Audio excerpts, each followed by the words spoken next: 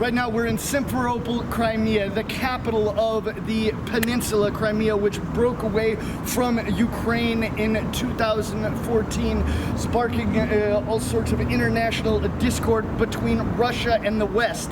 Now, this place behind me is the newest and biggest project here in Crimea for the Crimean Tatars.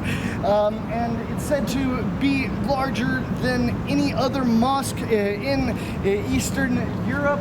And we can see just the massive amounts of energy and money that needs to go into something like this.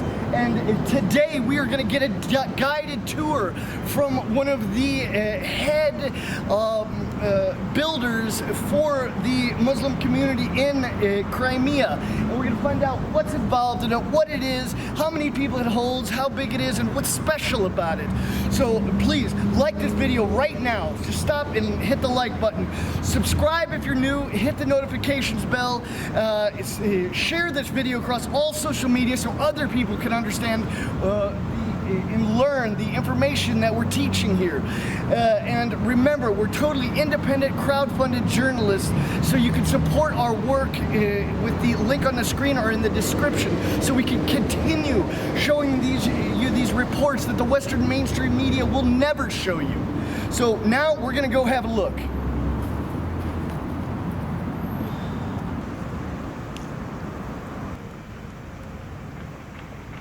Можно представиться себя? Керимов Ирина Нервич, начальник отдела строительства и земельного вопроса Духовного управления мусульман Крыма. Ну, мы находимся сейчас в столице Республики Крым, в городе Симферополе, на территории будущей соборной мечети Крыма, мусульман Крыма. Ага. И это много мусульман на Крым или как? Основная часть мусульман, естественно, составляет это коренное население Крыма, крымские татары. Это как бы традиционные мусульмане. Ну, есть как бы и другие представители народов мусульман. Ну, как бы 90% это крымские татары. Ага. И за много людей, которые видят мои репортажи США, Европа, они, в принципе, не знают, что это Crimean Татары. Ну, крымские татары это как бы это коренное население из Крыма, историческое, которое имело в свою очередь, в свое время, скажем так, свою государственность, называлось Крымское ханство, до присоединения к Российской Федерации, к Российской империи на тот период. Имеет свои традиции, мусульмане традиционные, тюркоязычное население, может, относится к группе тюркоязычных. И вы татар? Я представитель крымского татарского народа. Вы можете сказать, какой разница после 7 лет и при Украине? Есть разница? Ну, разницу мы сейчас с вами видим на данном объекте. Скажем так, в период Украины, это, скажем, такая была долгая история, доходила даже до судебных тяжб, чтобы получить этот земельный участок, уже не говоря о самом строительстве. Ну, на сегодня мы видим уже этап завершения строительства данного периода, который начался со второй половины 2015 года.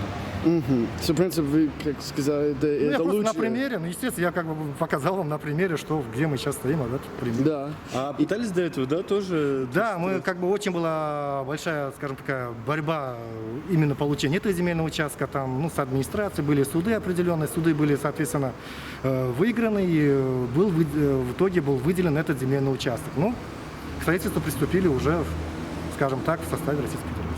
Есть что может хуже, потому что в России сейчас, как при Украине, может что-нибудь было лучше? В каком плане? Лучше, хуже?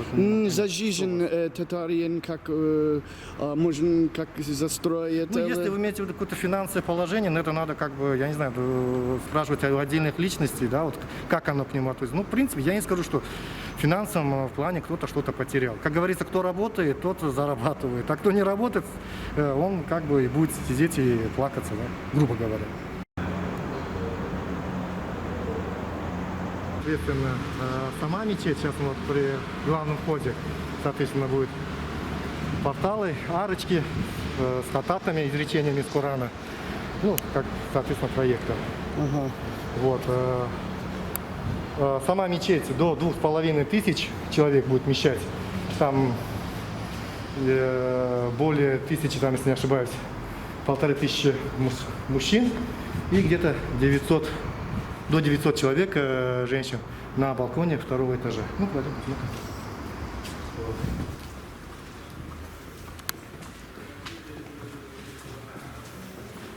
Ну, со двориком месяц получается до 5000 человек расчет. Ведутся работы по внутренней облицовке камнем. Потом приступят к работам по росписи подкупольные и настенные. Витражи, окна, в принципе, уже поставлены. И когда это началось? Начало строительства сентябрь 2015 года. Ну, подготовка, планировка площадки началась в 2015 году, во второй половине 2015 года, в сентябре месяце. И на Европу есть большая это или нет? Ну, на всю Европу я как бы не скажу, что она большая, но считается, что она крупнейшая мечеть Восточной Европы, если так брать. Понял. И, в принципе, когда вы думали, будет уже все? Ну, я же опять-таки повторюсь, мы как бы определенных сроков тут не оговариваем, что в какой-то дате оно что-то было. Но пока идет работа, в принципе, нам первоочередно, опять-таки повторюсь, качество выполнения работ. А сроки, в принципе, оно будет. Ну. И финансировать откуда?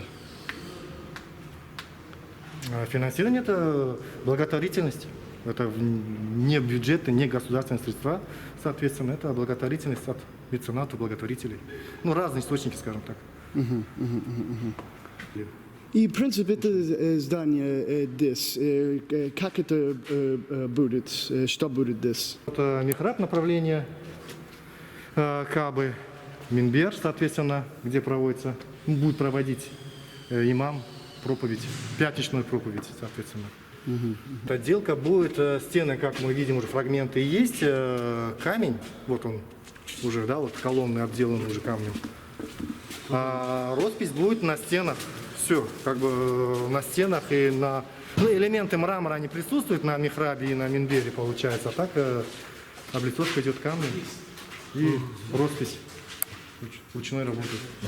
Росписи не приступали еще? Нет, еще не приступали, потому что для этого надо... Роспись это считается как бы уже последний элемент. Уже когда роспись делается, они выходят, стелится ковер, соответственно, все готово к эксплуатации. Вот так. Скажем так, это последняя чистовая работа.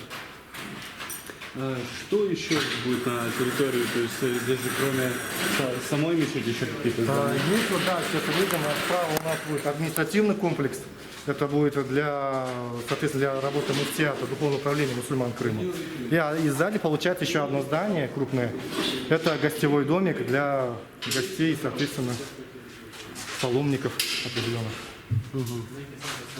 Ну, как бы, да, три здания в этом комплексе. По самой технологии строительства, там же сверху мы сейчас подвержали крышу, да, металлом каким-то. Это свинец. Это в соответствии тех технологий, которые были исторически, скажем так, покрывались мечети определенного периода. Это свинец, кровля свинца. So now you see how the construction is going for the newest and biggest mosque in definitely East Europe, maybe all of Europe, just huge, 5,000 people. And you see how the progress is going. It's been going for years and maybe more years, but there's a lot of progress happening here. This is some of the huge projects that are going on here in Crimea after Russia has taken over. We learned a lot today. We're going to learn more about the Crimean Tartars as well. So make sure you subscribe if you're new, like this video, share it across all social media, and remember, we're totally independent, crowd-funded journalists, so you can support our work with the link on the screen or in the description. We're out. Please like this video, subscribe, and share it across all social media. And remember, I'm an independent, crowd-funded journalist. You can support my work with the link on the screen or in the description.